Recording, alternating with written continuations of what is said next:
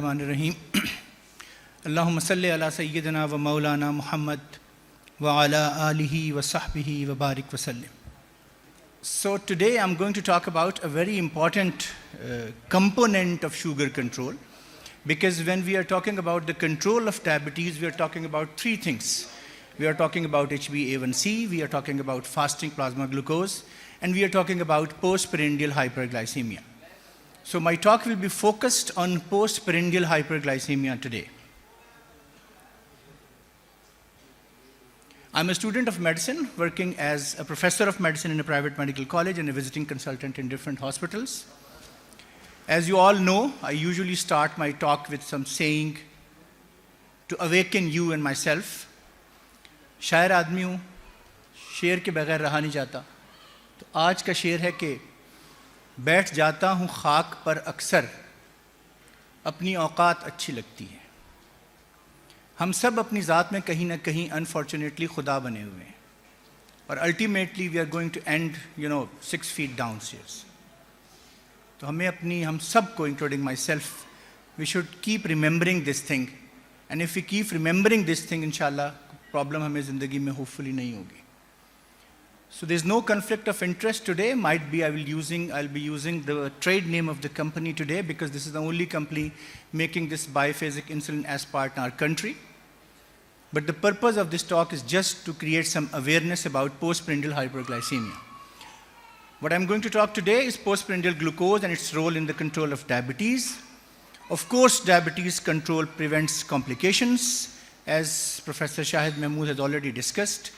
I'm going to talk about biphasic insulin aspart, how is it made, what are the actions, what might be the side effects, what is its role in special population like in pregnant females, in the elderly, in the children, and at the end definitely there will be a take-home message.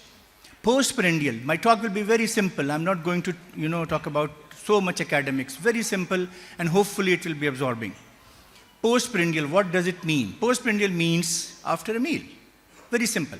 The guidelines, there are different guidelines, and the two of the guidelines we are following is American Diabetes Association guidelines, the so-called ADA guidelines and IDF guidelines. ADA says it should be less than 180 milligrams per deciliter, and IDF says that it should be less than 160 milligrams per deciliter. More or less the same. You can say less than 160 to 180. It's a very complex phenomena. A lot of factors contribute to postprandial glucose. Few of these factors are preprandial glycemic control, what happens before the meal, what was the sugar level before taking that meal, what is insulin secretion and the sensitivity. We know that we are having diabetes. In diabetes, we are having insulin resistance. So what is the sensitivity of insulin in that particular patient? The counter-regulatory hormones, like the top one is the glucagon, we have growth hormone, we have catecholamines, we have glucocorticoids. All these hormones, they tend to increase the blood sugar level in comparison with insulin. What is the meal size and the meal content? Is the patient taking a lot of carbohydrates and all these things? And of course, the gastric emptying and the role of incretins. All these factors, they play a role in controlling postprandial hyperglycemia. Whenever we talk about the control of diabetes, we talk about three things. I already mentioned, we talk about HbA1c, we talk about postprandial glucose, and we talk about fasting plasma glucose. And the concept of basal bolus insulin came because of this, that postprandial glucose is being controlled by a rapid-acting insulin, whether this is a human insulin or an insulin analog, or the basal insulin, which is usually given at night after dinner. What is the contribution of postprandial glucose in HbA1c? As we know that when HbA1c increases, the component of postprandial increases. If HbA1c more than 7, you can see that the postprandial is responsible more for HbA1c than the fasting plasma glucose level. If it increases more than 9 or 10, then the fasting plasma glucose level is the major contributor of HbA1c. So postprandial glucose is definitely an important component for which we have to control this one. What happens during the day?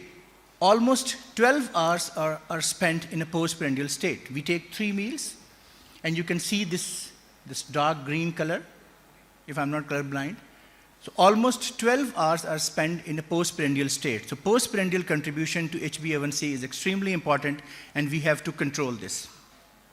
The glucotoxicity is so many mechanisms have been suggested. Oxidative stress leads to micro and macrovascular complications, cardiovascular complications, changes in the vessels, in so many organs. We are not going to talk about this.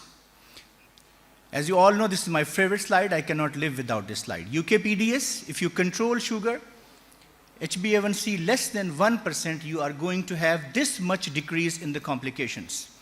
You are going to decrease 21% decrease in, ये आपका laptop देख लें ज़रा, 21% decrease in death related to diabetes and so many things, and 43% more amputations, less amputations if you are going to control HbA1c less than 1%. I see this slide as an upside down. If you don't control HbA1c in less than 1%, what will happen? You can just make it upside down, these arrows. You are going to have, it's not that simple by the way, but you can having 21% increase in death, 43% increase in microvascular complications, and so on and so forth. So one is extremely important. जो कहते हैं ना कि एक भी बहुत है, तो एक भी definitely बहुत है. Postprandial hyperglycemia has a lot of mechanisms causing complications. The outcome is endothelial damage leading to micro and macrovascular complications. Everybody is well aware of that. Glycemic control recommendations, I think everybody is well aware. If you're talking about HbA1c, everybody agrees that HbA1c should be less than 7. This is our target. What happens to insulin after a meal? We can see an insulin surge. This is actually a healthy insulin response after a meal. And when we are going to use these insulins, the so-called human regular insulins, we are going to have a long-acting insulin, which will be a basal insulin, and will be a bolus, which will increase, but still this response does not meet the physiological insulin response. There are a number of limitations of human insulin. This is not my topic today, but very briefly, delayed onset of action, early hyperglycemia, late hypoglycemia, combination sometimes doesn't work, a number of injections, at least 4 injections per day. So this becomes complicated in a simple person in our society. This led to a concept of making an insulin which is an analog, which is a single insulin, but which is actually protamine insulin, and they have, crystallized this insulin to make it a 70%, which is a long-acting or intermediate-acting insulin, and 30% which becomes a soluble insulin, which is a rapid-acting insulin, which affects the meals of the patient. 2 combinations are available, 70-30, which means 70 is intermediate-acting insulin, and 30% is rapid-acting insulin, and a 50-50 combination in which both intermediate and rapid-acting insulin are in 50%. So the physiological insulin response is a basal component and a meal-related component, and if you use this insulin, a combined biphasic insulin aspart, what you are going to have a response which mimics the physiological response, which is close to the physiological response of insulin when a meal is taken. And of course, pharmacokinetic and pharmacodynamic profile mimics the same as human insulin. What should we do? Very briefly, I'm going to touch this topic, how to switch from a human insulin or a basal insulin to biphasic insulin aspart. It's very simple, 1:1 dose transfer. Whatever dose the patient is taking, you can switch with the same dose. You can split the dose in a 50-50 combination. You can give 50% in the morning and 50% before dinner. Usually the titration of dose is after a week. We should not be very hasty that you give the insulin, the sugar level is high, you just increase the insulin the next day. No, it's usually once a week. You have to definitely discontinue sulfonylureas. Metformin definitely will be continued. And this is the insulin which can be given immediately before meals. Intensification is very easy. Usually we start with an OD dose which is given before the evening meal, that is supper, to control the fasting hyperglycemia. And if we are going to have hypoglycemia at night, or if we are meeting the maximum dose of the insulin, you can add a morning dose of insulin. Intensifying from BD dose to TDS dose, this insulin can be given TDS dose as well. you can give 10% of total biphasic insulin aspart before lunch. And then you have to down titrate, you have to decrease the morning dose of insulin to 2 to 4 units in the morning. Preferably, titration is given once per week, sulfonylurea should be discontinued, metformin should be definitely continued, and this insulin can be given immediately before meals. The problem in our patients, they take the insulin and sometimes the meal is delayed and they suffer hypoglycemia. Remember, one hypoglycemia is going to destroy the life of the patient. Patient will be afraid of taking insulin, and this problem will prevail in his life. So we have to be very careful while giving these insulins. Titration is just like the human insulin, it's very simple. If we are having the target, there is no change. If we are increasing, you can increase 2 units, and it's very simple to titrate to reach the target of fasting sugar level of 100 to 110 and random blood glucose level of less than 180. If you are shifting from human pre-mixed insulin, which is the most common practice in our country, patients are taking human insulin 70-30 combinations for a long time. And if you are going to switch from human 70-30 insulin to insulin aspart, you can very simply shift from 1 unit to 1 unit. It's 1-to-1 transfer, and you can fix the dose as I have already mentioned. Special population means the pregnant females. The data is limited, but as far as biphasic aspart 30 is concerned, it does not have any significant adverse effect for this one. Lactation, there is no restriction. You can use this insulin during lactation as well. Pediatric population, no mix 30 or biphasic insulin aspart usually is given above 10 years of age, but we don't have data for no mix 50, which above 18 years of age. Sorry, below 18 years of age. In elderly population, there's no contraindication to use this insulin, but definitely the oral intake of elderly patients is limited, so you might have to decrease the dose in elderly patients, and you have to be very careful in patients with more than 75 years of age. Renal patients and hepatic patients, usually we don't have any problem in using these insulins, but definitely it depends on the oral intake of the patients and other medications. So you have to be careful in these patients, but apparently there is no contraindication to use this insulin. Cost is an important part of using these insulin. The analog insulins are costly. Majority of our patients, they have to purchase this insulin, and the cost is too much. So I have included these almost 2-3 slides to comment on the cost.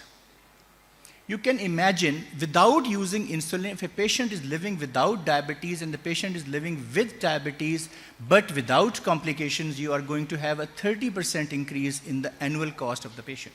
We're talking about type 2 diabetes, by the way. With the patients having microvascular complications, the cost is increasing, macrovascular complication, and if he is having macro and microvascular complication, the cost will be almost 300% of the baseline. So the cost will increase in any case if the patient is having complications. So why not start the insulin early, intensify it early, control the blood sugar and prevent the complications, and to decrease this cost. The cost-effective analysis data is used to define value. Value has a lot of factors. Almost 12 factors have been described as value, but we calculate this and measured as cost and measures as quality-adjusted life years. Cost is treatment cost, healthcare professional visits, emergency visits, hospitalization, and of course, productivity cost. The health impact is better sugar control, less hypoglycemia, ease of treatment, and all these things. So if you calculate these patients in comparison with measured and cost and quality adjusted life years, you will see that these patients are having better quality of life and a better sugar control with the prevention of complications. Whenever we talk about cost effectiveness, we talk about short-term and long-term models.